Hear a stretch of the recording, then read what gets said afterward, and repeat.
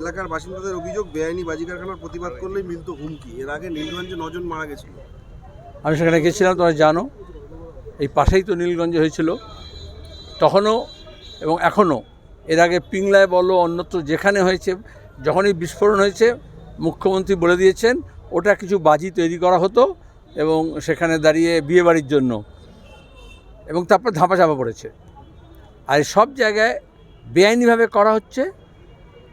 তারপরে কোনো pollution control board বলো, তারপরে তোমার গিয়ে ইন্ডাস্ট্রি ডিপার্টমেন্ট বলো বা পুলিশ বলো, সব জায়গায় একটা তোলাবাজির ভাগ আছে, স্থানীয় তৃণমূলের নেতার যোগ আছে। সেই জন্যই অনায়াসে তারা মৃত্যুর কারবার করে বসত বাড়ির এলাকার মধ্যে, এবং সেখানে ক্ষতি হয় সাধারণ মানুষের এবং এই যারা বাজি নির্মাণ করছিল তাদের কর্মীদের। কিন্তু কেন কোনোটাই পুলিশ কনক্লুসিভ কোনো শাস্তি দিতে পারে না?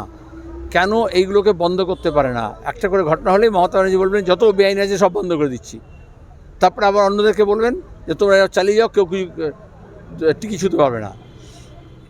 আমাদের এই করেই গোটা রাজ্যটাকে তিনি একটা মৃত্যুপুরীতে পরিণত করছেন।